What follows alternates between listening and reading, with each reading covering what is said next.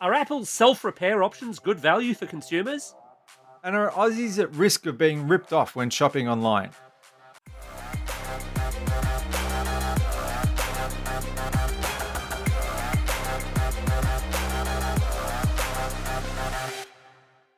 Vertical Hold is proudly brought to you by Aussie Broadband, changing the game with their award winning network and Australian based support. Hi there. Welcome back to Vertical Hold Behind the Tech News, the tech podcast where we catch up with Australia's leading tech journalists and commentators to dive into the big tech stories of the week.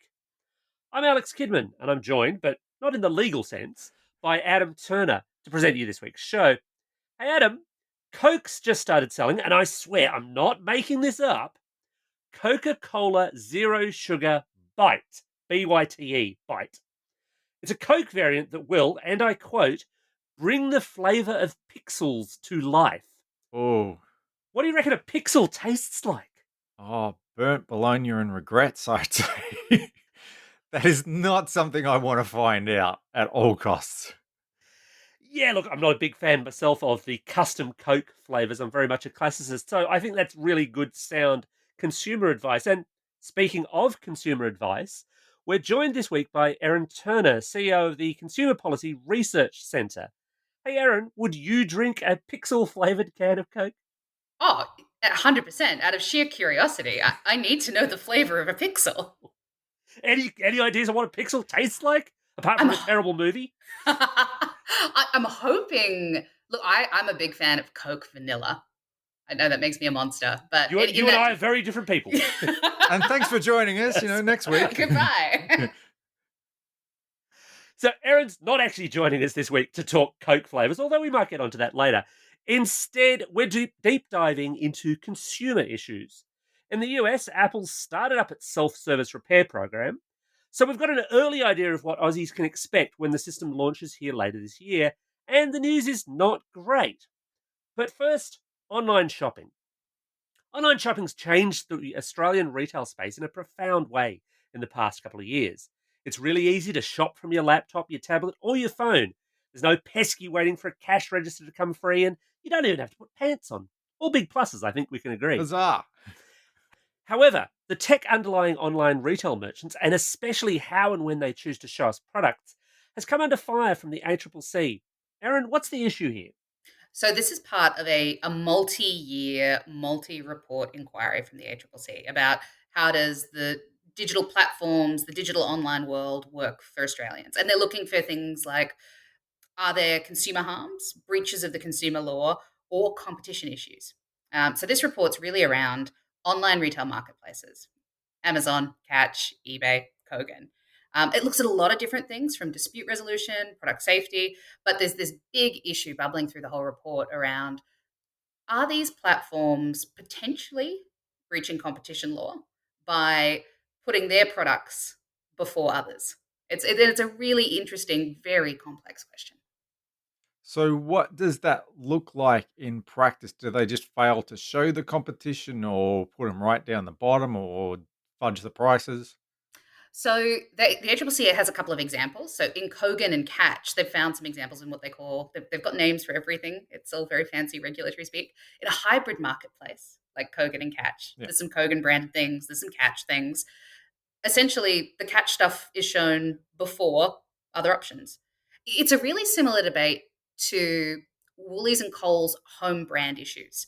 It kind of goes to the heart of, do those products owned by the big supermarkets, are they pushing other options off the shelves in a way that benefits the big companies, hurts the little companies, and hurts consumers?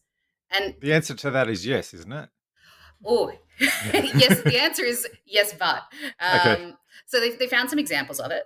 They found a lot of examples where they're like, oh, maybe this is happening, but this is the issue with online shopping. It's all run by algorithms.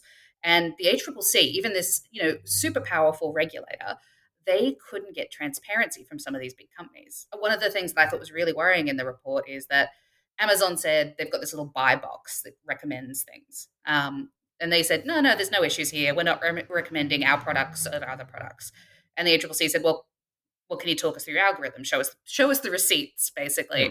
And they got nothing back. No transparency, no accountability. And that's the playbook of a lot of big online platforms. And that to me is actually one of the most worrying things here. We don't know how this is working, and you can't see it in the same way. You can't walk down an aisle in the supermarket and go, well, actually, yes, there's a lot more Woolworths things here now. It's going to be a different experience for different people, and it's a really hard thing to measure. I would have said actually the supermarket example is a good one, but it almost feels to me, and maybe this is just my experience, that it works in reverse in supermarkets. At least in all of my local supermarkets, the own store stuff is like right down the bottom because they'll have rows and rows and rows of the big brand cereal or whatever it is that you're buying, and then one tiny little section of their own. And I think there's been some discussion about whether or not that's paid for placement and stuff like that. This is the reverse, though. I go to Amazon to look for a USB cable, and they say, "Hey, here's the Amazon Essentials USB cable. It's perfect for the job," ignoring the Belkin and all the other makes and models that one might choose to have instead.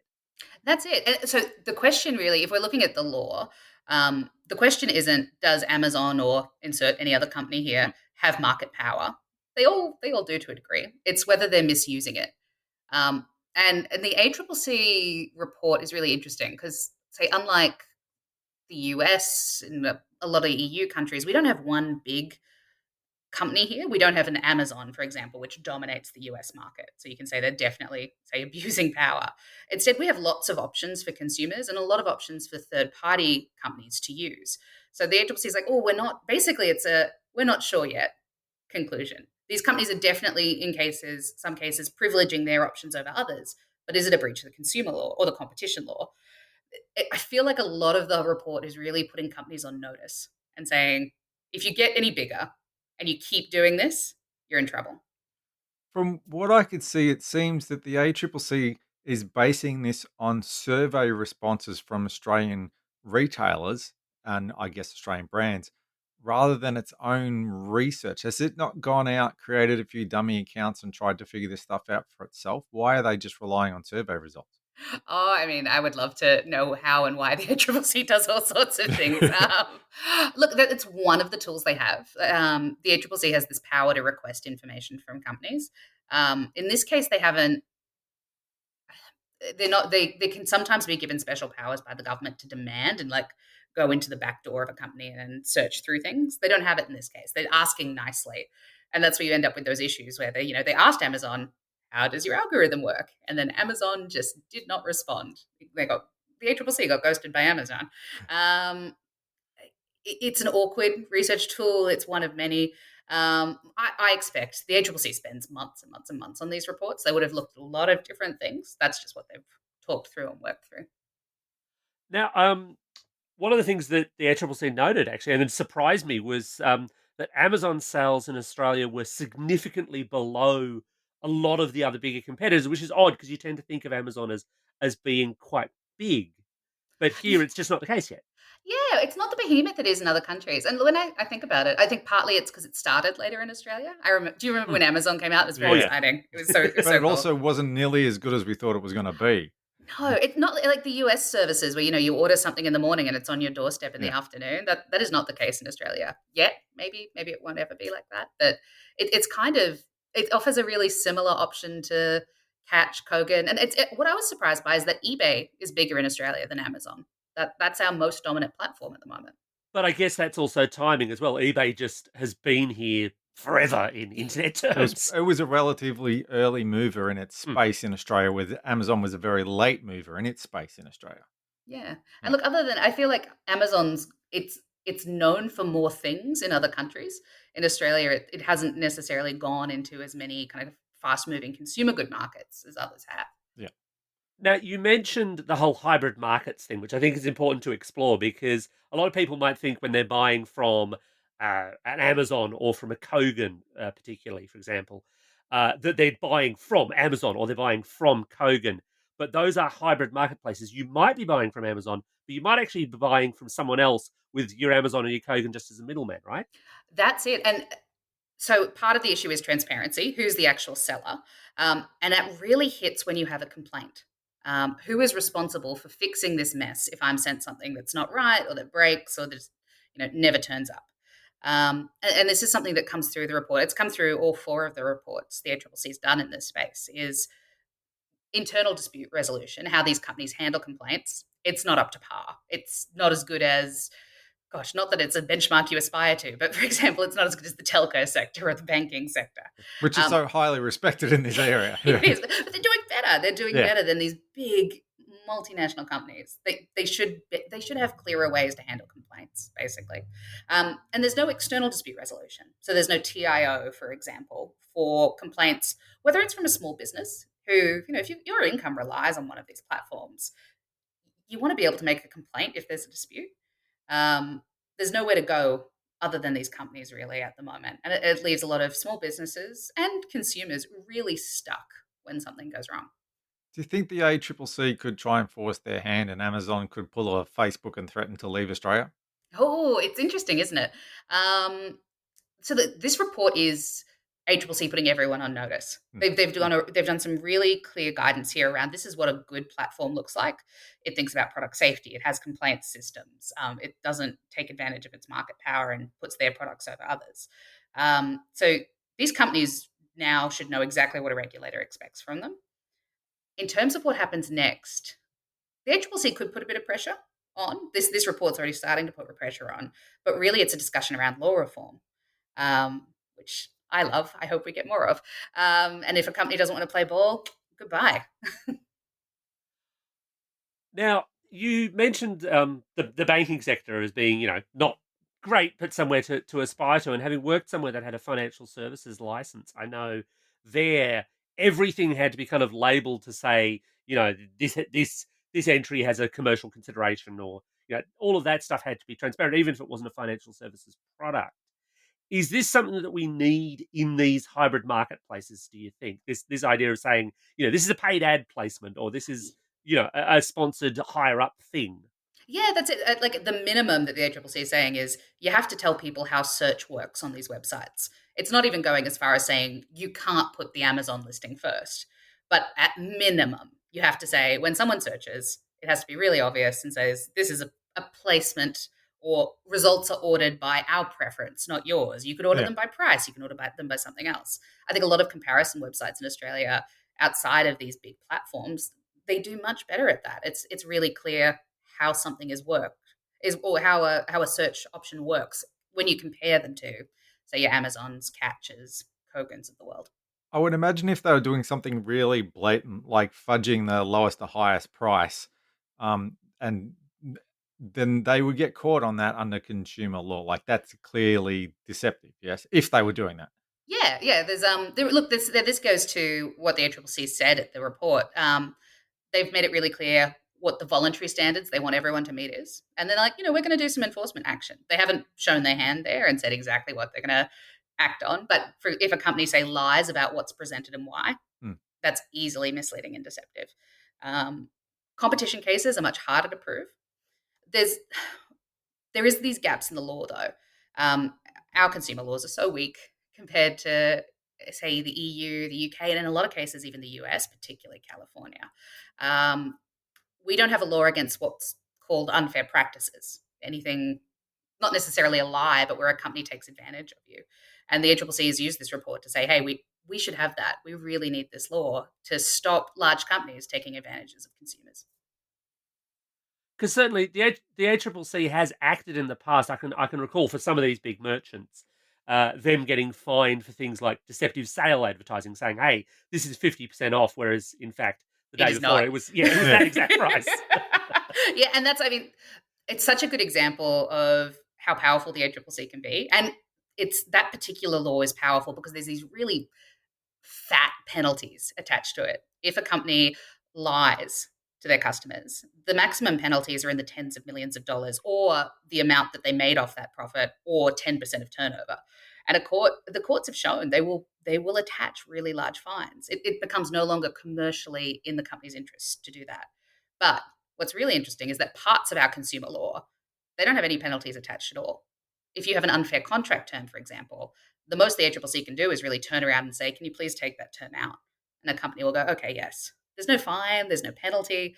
So there's all these gaps that means that, for example, a lot of these companies will have terms and conditions they ask consumers to sign up to that we've seen before. They're riddled with unfair contract terms. So, Erin, I've seen mention of something called a product safety pledge. Can you tell us what that is? So this is one of the things the ACCC says online retail marketplaces should be meeting. It's voluntary. Essentially, it's a commitment that these platforms won't list unsafe goods, particularly anything that's been recalled or it's really unsafe for children, so it doesn't meet an Australian standard. And the reason they have this voluntary safety pledge is because our product safety laws are abysmally weak in Australia. They're weaker than Canada, Malaysia, the EU, UK. Our law basically says, unless it's a very specific kind of product, the only obligation on a company is to act once they find a product is unsafe. So after a safety issue has occurred. Um, the ACCC is asking kind of for that standard in a product safety pledge, the voluntary requirements for these big marketplaces. It's basically the standard they have to meet in a lot of other countries. So it's good. Not everyone's there, but ultimately there's this huge problem with our safety laws. It sounds like you're saying that they're supposed to proactively figure out that something is dangerous rather than waiting for another party to tell them that it's dangerous. Uh, to a degree, yes, but there's within reasonable Yeah, that limits. doesn't So sound very realistic. You can't expect Amazon to test everything that's sold on no, Amazon. that definitely not about Amazon testing products. It's more Yeah, that if something has already been recalled, yeah, it shouldn't be listed on eBay. eBay yeah, has to go through and make sure that, say, a cot that the ACCC has banned for being really unsafe yeah. isn't listed, and that was happening really frequently. Consumer groups like Choice have found issues with these products that and we're talking about things like limb entrapment or suffocation risks with children, like Yeah. things you do not want to go near. They found these products and they can be for sale on these platforms for months after the issue is found. So it's asking those companies, like, once the issue is known, don't sell them. Yeah. And there's also some real basics. Like there are some products that as a category are really unsafe. Magnet toys for kids, these little magnets, balls that stick together. Hmm. They often appear on sites like eBay or Amazon. There's been a lot of action to remove them. But if children swallow them, they can tear through basically esophaguses and Ooh. digestive systems. So it's saying, you for the stuff where we already know it's unsafe, make sure no one's selling it. I'm astonished that if I were the retailer of, the Child Maimer 3000, now with extra rotating blades, Patent that pending. signing up to this would be voluntary. Yeah, that is the ridiculous part of all of this, isn't it? Like, it's if you're making a product that doesn't fit in a really, really small number of categories that have Australian standards, compulsory Australian standards apply, then basically you can keep selling it until someone loses a limb, and then you just have to recall it. That's the obligation on you, and The product or the limb? the product, actually. I don't know if you have any obligation towards the limb, which is, I know. Ouch. I mean, It's ouch in so, every every sense. way, it's so bottom of the barrel. Almost every other country has an obligation that companies, if you're selling something, just check to see if it's going to maim someone before you do. Yeah. It's a good standard to meet. So our other topic this week is Apple and its attitude towards right to repair. And this is something that we have actually discussed with you before, Aaron, because they announced last year, hey, we're going to start selling parts and we're going to start giving people repair manuals and make it easier for people to repair things, which all seems like a consumer You win. missed the word reluctantly there. I did miss the word reluctantly there. I don't think Apple has reluctantly in any of its press releases. So I'm just trying to be safe and careful because they can afford better lawyers than I can. That being said, they've now actually started rolling this out in the US only. We don't have it here yet. We should get it here sometime this year, apparently. But we said at the time, I think, that the devil would be in the detail. We've got a lot more detail about how Apple's approaching this, and it's not great, is it? No, there's some devils in those details. Whether this will work comes down to how much is it going to cost someone to access spare parts and tools, and is it going to be easy to get them? Is it going to be relatively easy to follow the instructions? And based on what's coming through reports from the US consumers who are starting to do these repairs themselves, it's falling down on a lot of hurdles. Well, the big primary one, the one that absolutely shocked me, was the fact that in the US, if you wanted to, for example, repair an iPhone 12, and they've only got the parts, I think it's like for for 3 phones right now, but they're going to expand it out. If you wanted to repair the screen on an iPhone 12 in the US, the total repair cost is something like $285 US. But if you walked into an Apple store and said, "I have broken my phone, please repair the screen," they charge you $279. So you're paying more to do the work yourself. That's it. And on top of that, you're renting the tools. So there's this whole process. You get these giant boxes of tools. It looks so unwieldy. They send them out to you. And as part of the agreement, if you don't return the tools in the condition that Apple specifies, it's about $1,000 on top of it. So you're actually taking on more risk. They're sending, if you think about the way they've designed this, they're sending every signal saying, don't do it yourself, come to us, They've which is deliberately not the made it point as of the difficult as possible. exercise. Or Yeah. steal our tools and set yourself up as a repair store for $1,000. True. But then you've got to buy their parts, and that's going to be the problem. So this is the other side of it, though, because it's not just buying their parts, which I think people sort of assumed, and some people might have even thought, "Hey, I'd rather have the proper Apple part than the one that I got through AliExpress, which might catch fire in 3 weeks or something." So some people might have thought, "Well, that's better," but they're also doing things where once you've actually done the installation, you have to verify it and authorize it through an Apple server before your phone will start working again. Yeah, and again, it's these hoops you're being asked to jump through. This whole process, I watching what people are reporting back. There's some amazing videos on YouTube about people who've gone through this hellish process.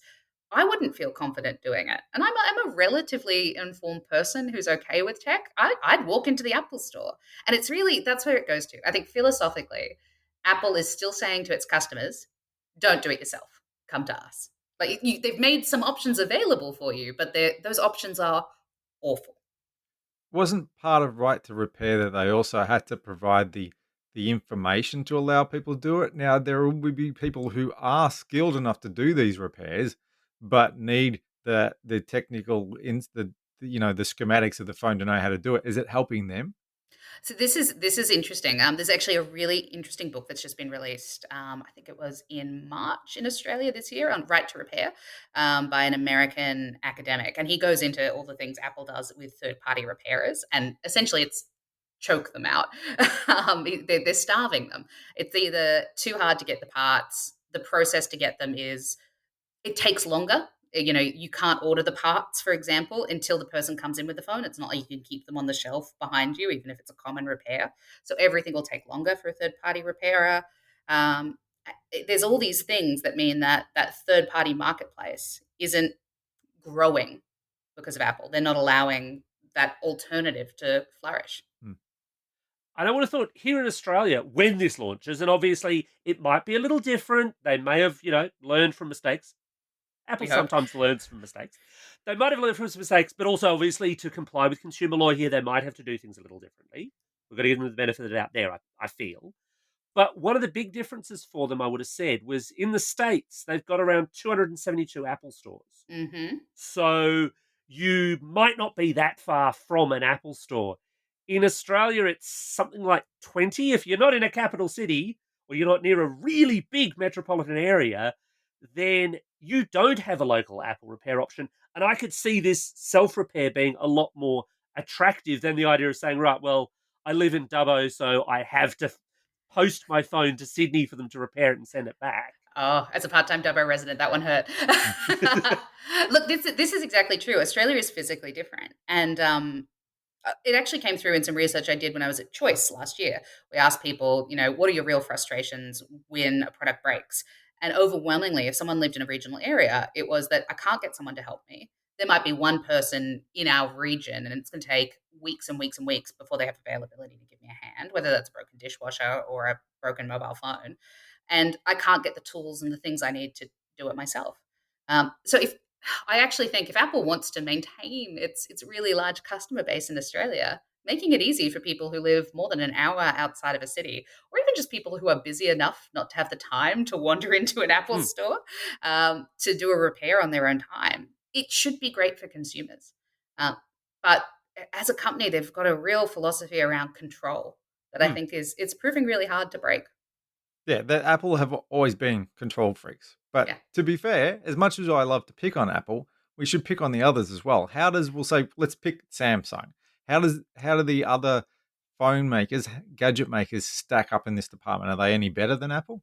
Now, look, so a lot of these alternative phone makers, it's easier to source other parts. They haven't taken action that, say, Apple has against importers, or they haven't used IP rights as aggressively to Yeah, stop people accessing third-party parts. So it can be easier to source things. It's not that those companies have made it easier; they just haven't stood in made the it harder. way. In this, yeah, they haven't made it harder like Yeah. Apple has in all cases. And there can be more third-party repair options as a result. So I wouldn't necessarily say that, they're going above and beyond when it comes to right to repair. They're just not being as obstructive. One thing I noticed from what Apple's done in the States, which I did think was kind of neat, although my understanding is it ties into that California consumer law that you were talking about so favorably earlier, is they're saying they're going to have 7 years of parts availability. I think that's actually a bit of a win if we get 7 years of parts availability here, because that's huge compared to some competing makes where you might be lucky if you get a software update six months down the track, let alone a fingerprint sensor replacement. Actually, I think the bit that's huge is the disclosure. Like what something that I think would make a huge difference, whether you're buying a piece of tech or, well, I should say a fridge is still a piece of tech these days with all the smart components. But having those statements about how long will spare parts be available and how long will software updates at minimum be available for, that should be there right up front. You should be able to compare products based on that. Because if I knew that, for example, a phone would only receive updates for a year versus 7 years, I'm going to pay more for the 7-year phone. This is one of the few times when I think we actually should be a video podcast, because people really needed to see how excited Erin got about that question. Oh, yeah. When Alex said 7 years, she's like a little kid and someone just put a birthday present Christmas in, or tree, yeah, handed yeah. her a puppy or a Oh, Christmas gosh, tree. yeah. Her face just lit up. It's So, very sad how excited I get about this. no, yeah, I think it's wonderful to It's be great. passionate What about makes you these such a great guest? passionate about these consumer issues. On the phone side, we are seeing some of that more from the Android side. To be fair, Mm, we're seeing more Android phone makers talk about how long or how many Android updates you're likely to get. I mean, that used to Yeah. be basically Google only with the Pixels. Samsung's come on board and said they'll do it. Nokia does, HMD Global, Nokia does it. There's a few others that will say how many years, although none of them are 7 years. None of them are even no, none close. of that long. And I do think part of that disclosure, this is terrible. It's such a consumer advocate instinct, but I'm like, I can't give them too much credit here. There's been a lot of legal noise in the EU about the lack of available updates. There's been some really great cases spearheaded by consumer groups in the EU, particularly against Samsung for failing to offer regular security updates. They've been looking at it under consumer law issues. And I think that kind of international response then is that they're starting to be a bit clearer about, this is how long this is going to last. We promise, we promise. So it's great, but it's come from them taking advantage of consumers in the past. So basically, we've just got to wait for the much bigger countries to give these companies a kicking so that we get the benefit of those bruises. Oh, Australia should start kicking too. That's probably the message that I would love to see from this ACCC series of reports, whether it's on competition, whether it's on right to repair. The ACCC in Australia actually has some really good history in taking some smart strategic cases against companies. And our laws aren't perfect, but we do have one or two tools we can use against these big companies to force them to do better. And when we do that, a company like Google and Apple, not always, but they can respond internationally. Is one of the reasons why smartphones are like the forefront of this debate is because they are always treated as things that you buy and then throw away after a year or two and buy another one. So why would you need to repair it? Why would you need updates? And it's only as people have wanted them to last for longer, but also as people have become more aware of things like sustainability and security, that phones are the first thing they're cracking down on. Like if you buy a console, a PlayStation or an Xbox, you're going to expect to get more than a year or two out of it. You're going to expect to get repairs about it. I'm assuming they don't treat people who buy consoles the way they treat people who buy phones. Is that why phones are at the forefront? Oh, that's really interesting. I do think you're right around a shift in consumer usage, and that I think there's two factors. I think one is there's something driving on the business end. say, a chip shortage. That means that companies would like you to use those products for a little bit longer, and they'd like you to pay for repairs for a little bit longer. But there's definitely a growing environmental and ethical awareness around, where does all the bits in our tech come from? And should I be getting a refurbished phone? I actually just got a refurbished phone myself for the first time, and it's amazing. It's a year old, and it is actually the best phone I've ever had. I think people who haven't been are starting to explore those options for waste reduction reasons and other reasons. That means that these conversations get really, really relevant. I would have said the other reason why smartphones have ended up being the poster child for this is because it's the single computer device that we all tend to have with us pretty much all the time. Oh, it's like a limb, isn't it? Yeah. And totally. I cannot leave the house without my smartphone. I'd rather leave my house without pants on. But and in fact, then I wouldn't have anywhere to put my smartphone. So no. But the point is, we've got them all the time, so we drop them. We use them a lot more, so they wear out a lot faster. There's all sorts of scenarios for damage and wear and tear that I think other tech stuff doesn't quite get the same level of. Well, I don't want to say abuse. I think most people are pretty good to their phones, but not everyone. Frequency, maybe. Yeah. Usage. Yes. When was the last time you dropped a PlayStation 5 on the footpath? Gosh. I'd have to be able to buy one. When was the last time you got a PlayStation 5? Well, that just about wraps up another episode of Vertical Hold. Thanks to Erin for joining us. Thank you. And you've been on the show before, albeit not in your new role. Time to face the Vertical Hold 3 questions of doom. I'll ask all 3. You can answer them in any order you like. Where can people find your work or your workplace online? Where can they find you on social media? And our current big contentious question: if Hollywood is making Erin Turner the movie, which Hollywood superstar is playing you and why? Oh gosh, I'm terrible at remembering actor and actresses' names. I'm gonna leave that one to the end. So I am at a new organisation, the Consumer Policy Research Centre, cprc.org.au. You can find, we're a think tank. We have deep, detailed, nerdy reports, including a lot around the digital world and consumer experience. You can find me on Twitter at Erin L. Turner. And oh man, yeah, I'm terrible at this. I'm gonna say I want to be an animated version, and someone can voice me. I want Judi Dench to voice me with all of her power, and I want it to be animated. There we go. Wow, that'd be a showstopper. if Judi, okay, so I've got to ask now: if Judi Dench is voicing you, who's voicing your husband? Oh, that's cruel, isn't it? We do joke that he looks like the Paddle Pop Lion, though. So I think my request would mostly be that he animated like the Paddle Pop Lion. Voice, I'll let him choose. Well, we probably won't be animated anytime soon, unless Hollywood does pick up that Vertical Hold movie script we were discussing a few weeks ago. Still waiting to hear back from Bruce Willis and Brad Pitt. But in the meantime, you can catch us online at Vertical Hold AU on Twitter, on the Vertical Hold Facebook page, or at verticalhold.com.au. And just a reminder for regular listeners, we're thrilled to have Aussie Broadband as our sponsor this year, and they've given us a special promo code which gives new customers a $10 per month discount for 6 months when signing up online for an unlimited plan between NBN 50 and NBN 100. The promo code is vertical, so hopefully that'll come in handy for Australian listeners shopping around for a great broadband service. And thanks once again, everyone, for listening. Sorry if you weren't happy with the show. No backsies, no refunds. Leave us a review on your podcasting platform of choice and help us spread the good word in 2022.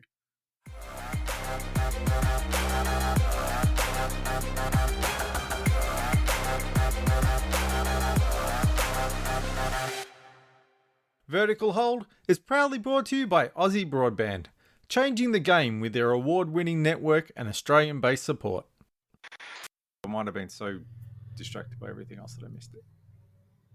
What was that? Well, yeah, that was like... Who opened the portal to the netherworld? And just a reminder for regular listeners, we're thrilled to have Aussie Broadband as our sponsor this year, and they've given us a special promo code which gives new customers... It's just... Have you got planes going past or cars or something? Yeah. I heard it a few times. Did you not hear it? It's not just Adam. Oh. Did you not hear it on your end, Erin? I'm not getting it. I'm worried that the ghost is on my side. One of us must have, it just sounded like a truck or a plane went over somebody's house. It could be road noise. That if my... No, it's a ghost. No, it's a ghost. Oh, good, it's a ghost.